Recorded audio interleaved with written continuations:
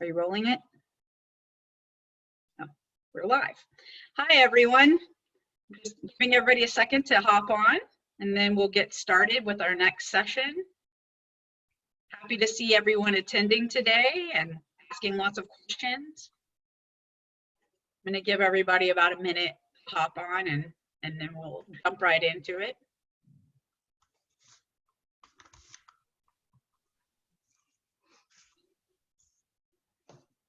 Okay, people are coming on fast. I'm going to go ahead and introduce our speaker for this session. As the Vice President of R&D at Formation Ag, Corbett Hefner is an expert in the field of equipment solutions, harvesting and processing hemp and CBD oil. Today, he's going to talk with you about cost-effective and cutting-edge technologies that help farmers plant, grow, harvest, and process hemp to increase yield per acre. If you have questions during the presentation, don't be afraid to go ahead and click that link at the bottom of your screen. If you hover over, you'll see a Q&A link, and we'll be getting to that towards the end of the session. His full presentation will be available to you at the end of the day. All the sessions will be available to you, and you'll get an email about that. If you want to access all of the links or any of the information, you can at hempfarmingexpo2020.com. And with that, I'm going to turn it over to Corbett to get us started on our session. Thanks, Kim. I'll go ahead and start my presentation. I'm glad to be here. Thanks for having me. Here we go.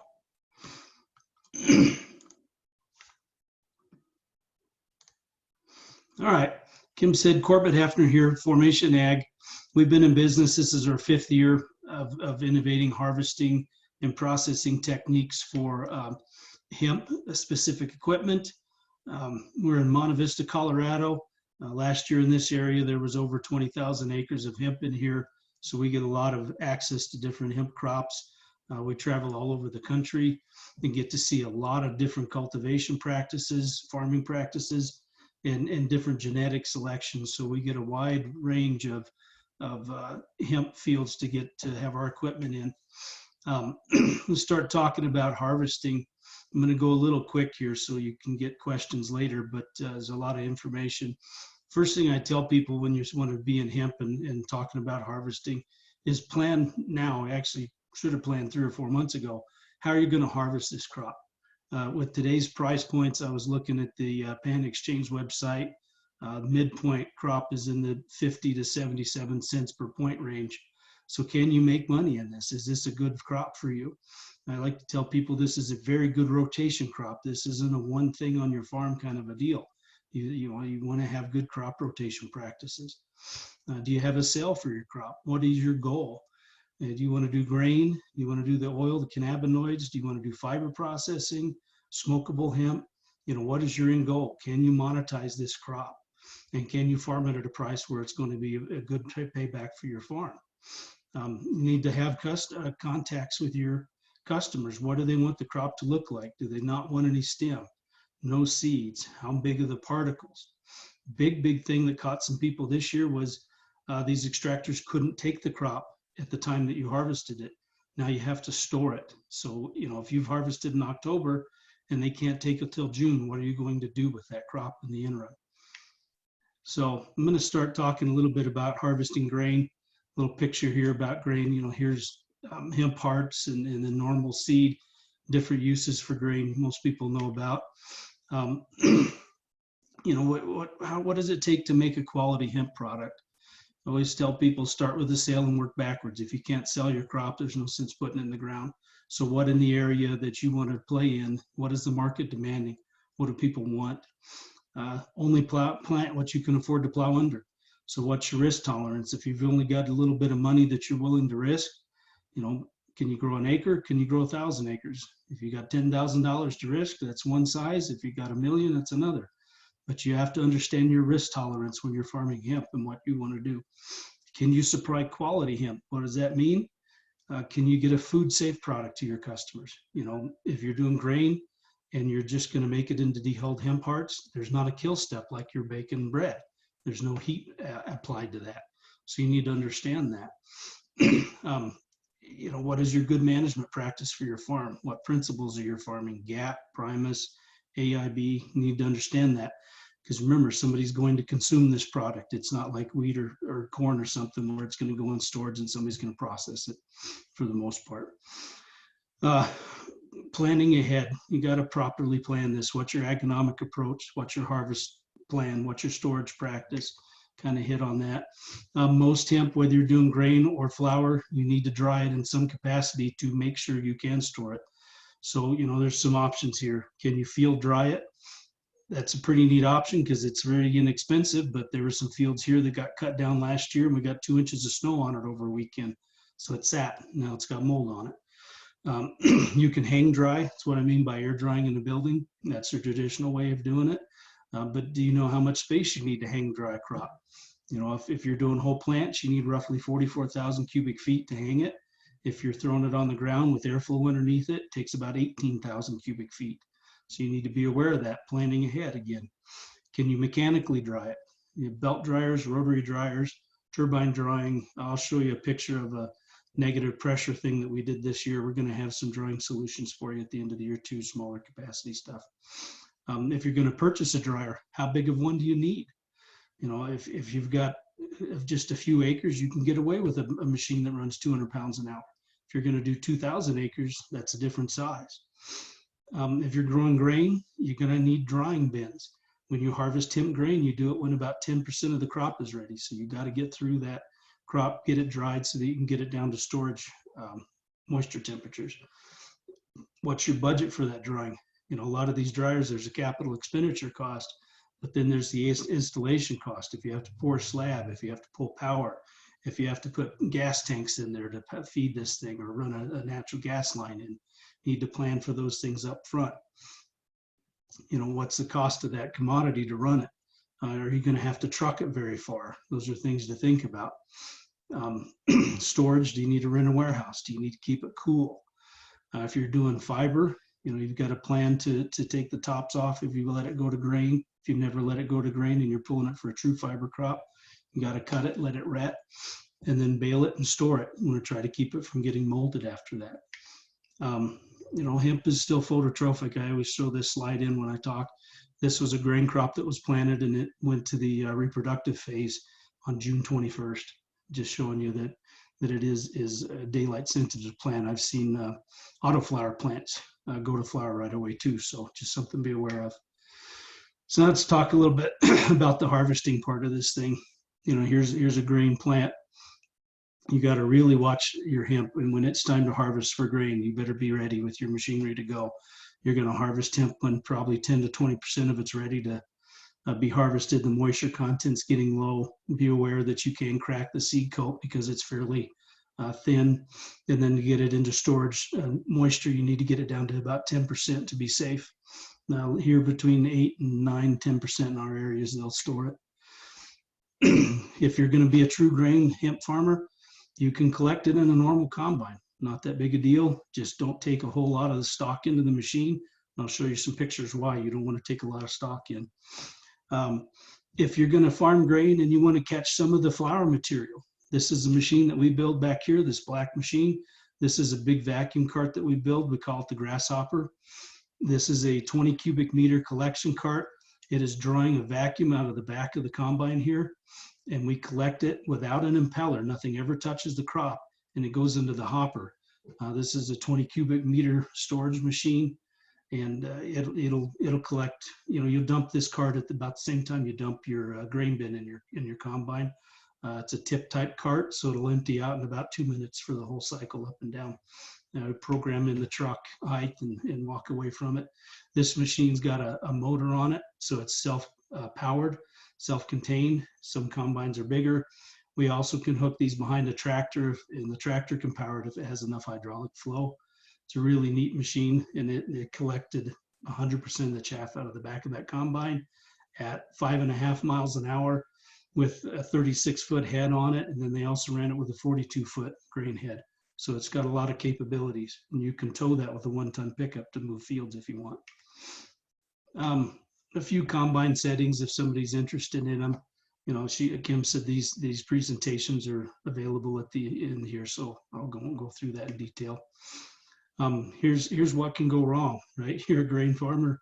This is the drive shaft on that John Deere combine. There's a bunch of hemp wrapped on it. Here's how they fix that. PVC pipe and duct tape. So here's the pipe they put on it, and here's the duct tape to cover that joint. Speed sensor on one of the vertical augers that takes the grain into the tank. Hemp fiber wrapped around there and snap the sensor off of there. Chaff spreader, chopper deal, wrapping around the bearing. If hemp has a place to wrap on something when you're harvesting, it's going to do it. Here's how they fixed it. They bolted on a piece of rubber on here to push the fiber out of that area. When you're combining and it's a little bit drier, be aware that hemp is flammable. The dust in the fiber can get hot and it catches on fire. Nice thing is it will smoke before it actually catches on fire, so you can see it and get it put out. So I always like to remind people that hemp is a flammable machine or material. Here's an example of some grain drying bins. You usually fill the bins a third to a halfway full because the hemp seed is so small, the air can't flow through it like it does in wheat or barley. You'll pump this, clean this up or dry it for a day, move it so you don't get a hot spot into another bin, dry it again. And then usually by the second or third day, it should be dry enough to store. Fiber, if you're gonna do the dual crop or tri-crop, or if you're specifically growing fiber, this is some machinery. We call it our 660 fiber track machine. This is just an example of, here's some of the hurd, the woody core that people want to use for hempcrete. And then here's some examples of the fiber that come out of our machinery and some of the possible uses for those things. We spend a lot of time on fiber extraction equipment. We've worked on it this is our 5th year. We've been building decorticators since the beginning. To the best of our knowledge, we made the first decorticator in the US, predecessor to this machine. This is the 660 we built 5 years ago. As far as we know, since Slickton built one in the early 1900s. So this is a roller breaker style machine. These are the rollers in here that break the fiber down. This guy over here is the touch screen, so you can program the speeds of every roller that's in the machine. This one's just sitting in our shop. We were doing some testing with it. It's a very large piece of machinery, heavy, weighs over 11,000 pounds, but it takes that much force to break down hemp. It is not easy to break down at all. And again, if hemp can wrap on something, it'll wrap. So this machine actually splits the frame, so you can go in there to remove wraps, or if you need to change a bearing or something, you can. Talk a little bit about CBD and cannabinoid harvesting now. I always like to ask people, what are you actually growing if you're an oil farmer? People just think they're growing the foliage, and that's actually not what you're doing. If you're growing for CBD or CBG or whatever the topic is of the day, this little droplet of oil on top of the stalk, that's what you're going after.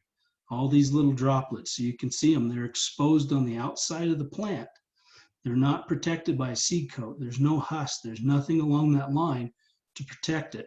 So this is the kind of stuff that we use when we engineer machinery, so that you can minimize the destruction of these trichomes during harvest.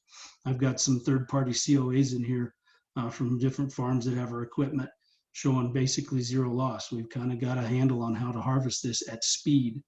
That's why I talked about some of that stuff earlier. At today's input cost, can you make money? Well, if you're spending $10,000, $15,000 an acre to farm this, $20,000 an acre, we've heard, it's going to be really tough to come out with unless you're using very, very efficient machinery and being very cognizant of your costs. Just another microscopic view of the trichome on the plant. This is some of the product that came off of our clean strip harvester. This is green stripping in the field. The image on the left is buds in a semi-truck. This was harvested at about 6 miles an hour, 16 feet wide, so between 10 and 12 acres an hour. And this picture on the right is a post-harvested bud. If you look in here close, you can still see all the trichomes attached. That's post-harvested, transported, and dried. And the COA is of these actual crops right here that I'm going to show you. But just showing the technique of how you can maximize your yield per acre by not damaging the trichomes.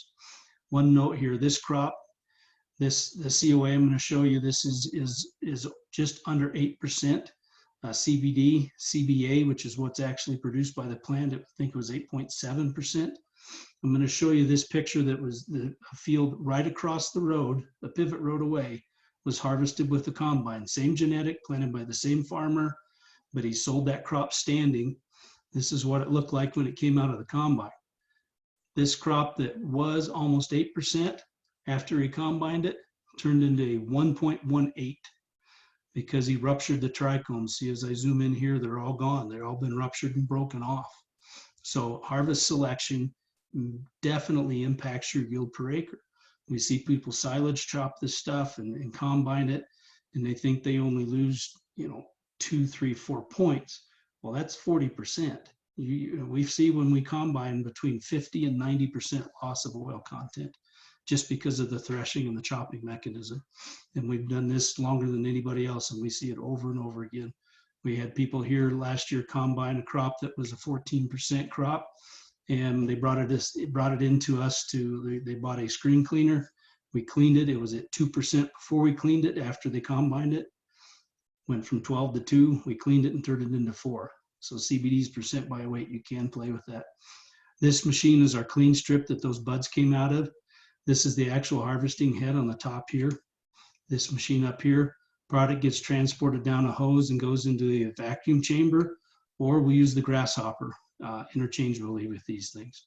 So this is a large machine, but it runs quite fast and it keeps your harvest costs low because by stripping in the field, we've got farmers that spend between $4,000 and $5,000 an acre to hand strip or even buck, on these smaller scale buckers.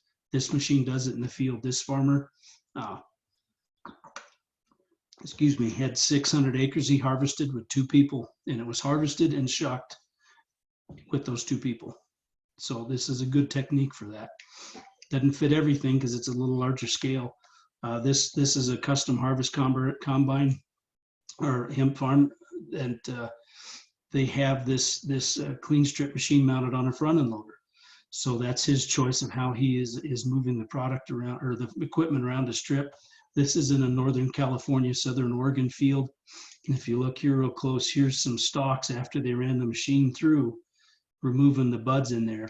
This is a little wider spacing we like to see the crop farmed on. We'd like to see it, 24 to 40,000 plants per acre. But in this instance, it did work. So he was hand stripping this. You do get a little bit more stib when you plant wide open than you do if you plant narrower. This is one of our clean cut machines. Wish these were videos, but the video wouldn't play, so we made still pictures. This is in Pennsylvania. Beautiful little cover crop. This guy's a tomato farm. This is one of our 8.5 foot machines. We make these in 8.5, 15, and 18. The clean cut or clean strip machines, the bud stripping machines, are 16 feet or 20 feet wide. But this is, in this instance, this is a whole plant machine. So these whole plants get cut. This is an oversized draper. This is built for hemp. This isn't modified. We build these specific for hemp. Gets cut, transported up this elevator and put into a truck. This sickle bar will cut 2 3/8 inch diameter stalks at 4 to 5 miles an hour. So it's pretty impressive capacity on that. This guy's a smaller farm, so he took an 8.5 foot machine.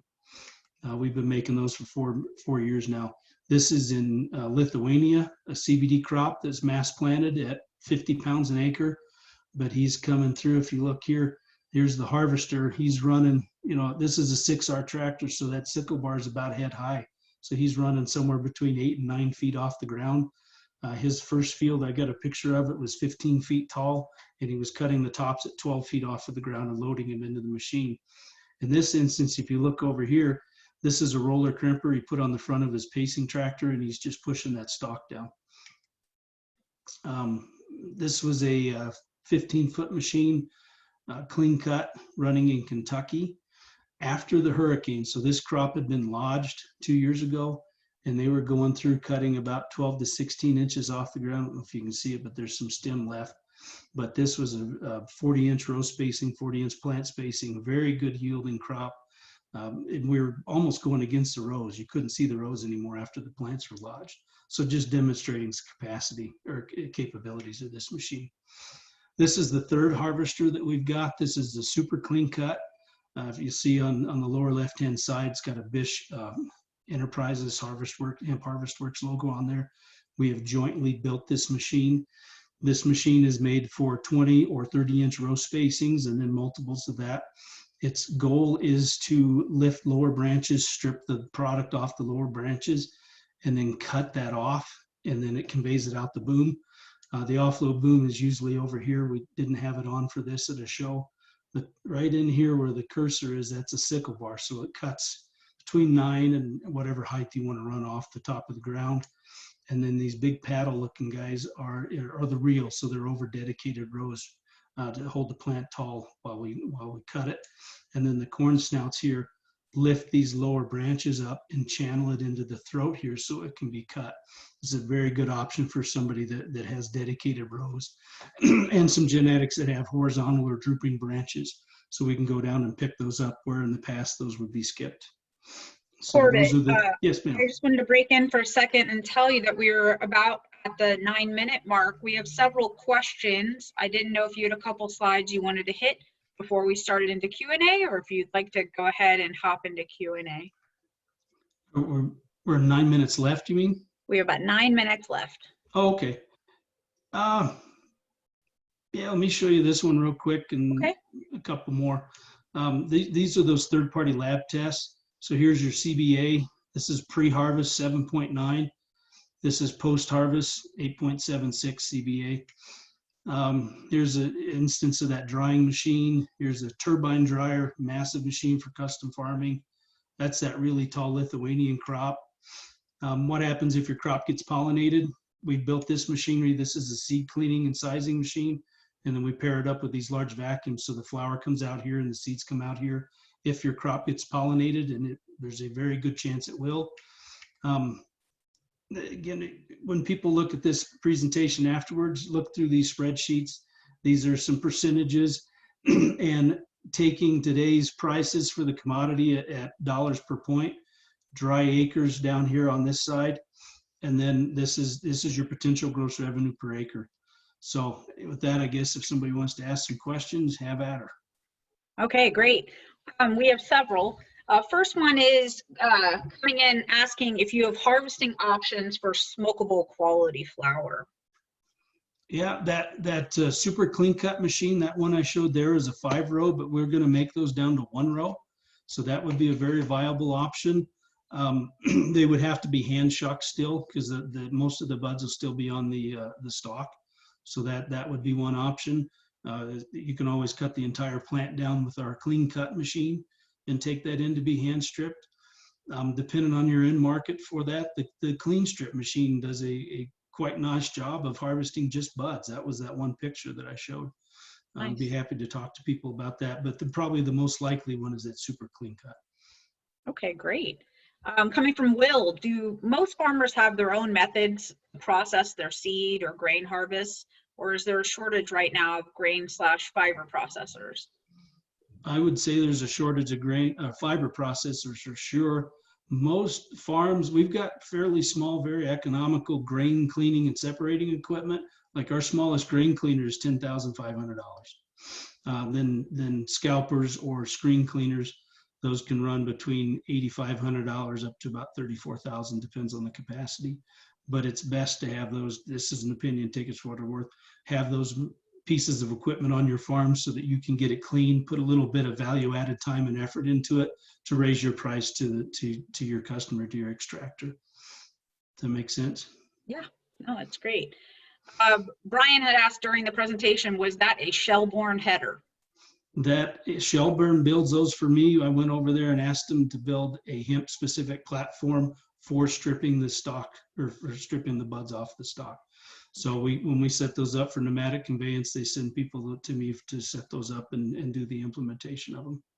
Okay, good either. It is not a grain platform head, by the way. People think that's a grain head and it is not. Okay. Joseph's asking, if you don't have a large farm, you have a smaller farm with a limited staff, do you have equipment for smaller farms, roughly around like 4 or 5 acres, for industrial hemp use? Yeah, we'll make that 1-row super clean cut machine. That'll be our smallest, most economical for small scale farming. And then the smaller grain cleaning pieces of equipment. We do have some flower stem separation equipment. It's a little bit geared to the larger market. We kind of we're in a larger agricultural area, so our machinery is just based on larger scale, but we've started making some smaller stuff. But if you got ideas for things you want, give us a call. Okay, great. Next question, how do you handle drop loss? Say drop How do you loss? handle drop loss? I'm not exactly sure what that means. We don't lose a whole, like the clean strip machines, especially when we pair them with the vacuum systems, there's almost no product going out of the front of the machine at all. If you're referring to like if you got a crop that has been seeded and we're trying to extract the seed from the flower, those systems are completely enclosed, so there's no loss in that system at all. Okay, great. Hopefully that was the question. That was. Next question is, what do you have to economically, like an economical dryer solution for 100 acres? We will have something for that. These will have a batch drying type system that the last batch test we ran was just before Christmas in California. And we did 100,000 pounds of product in 6 to 8 hours. And it was 40 degrees, 100% humidity and raining, and we dried it in that span. And then we'll have a semi-continuous drying system here pretty soon too that we can show people. But that batch system's pretty simple and very cost effective. Okay, great. Last question I have on the list for right now is, what are you seeing most extraction companies preferring for harvest practice? And then how do you suggest drying to minimize CBD loss? The clean strip machine where it pulls the buds off of the plant, I didn't get to say this, but it actually dries almost twice as fast as when you have stock in it. And once that you've got that product dried, we're making some very gentle threshing type equipment that's enclosed, and then we draw, if there is dust created, if there's trichome loss in there, we draw that with a vacuum and capture all of those trichomes, because that's where the money is. It all goes up in the dust. So we build those machines to run, we thresh the buds down, separate the seed, and then pull the flower and seed apart and separate those, because the extractors really don't want stalk. And so we try to run stuff over our screen cleaners to take those little 1/4 and 1/2 inch pieces of stalk out of there, because that makes the extractor's throughput much better. It actually increases the CBD content because CBD is percent by weight. So when you remove product that does not contain oil, you're helping the extractors and you're helping your bottom line because you're adding a little value to it. Hopefully that was answered. That the last question there? Yeah, sorry, I didn't realize I was muted. Any last thoughts before we close off for the day? This has been super informative. That was the end of our questions. Yeah, take a look at those last 3 slides where I've got the gross revenue per acre. One very important note when you're looking through those, if you've got a crop, a cost sharing model where you're sharing pricing with the extractors, look at that close. Take those numbers and divide them by 2, because you're only getting so much back. And then look at there's a yellow highlighted column in each one of those that says scrap rate. There is a scrap factor in extraction and isolation practices that you need to be aware of. So if you send in 100 pounds of product and you think you're going to get a check for 100 pounds, look at that scrap factor, because that is something to be aware of. You won't get the entire back. There is scrap rates in these machines. Something to be aware of as a farm. You want to know that so you can make a good decision if this is a viable crop for you. And it is. I mean, there's still I did the numbers on corn this morning at $3.19 a bushel, average yield of 165 bushels an acre. You're getting $535 gross per acre. So, if you're growing cannabinoid stuff, it's still better money, but you have to control your input costs very, very closely to make money at this. Yeah, that's great tips. Well, I just want to tell you, I thank you so much, Corbett, for your time today. This has been super informative, and I think that all of our farmers are going to walk away more knowledgeable because of it.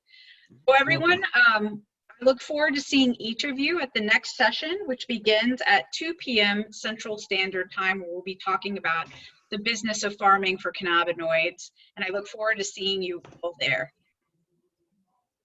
Thanks.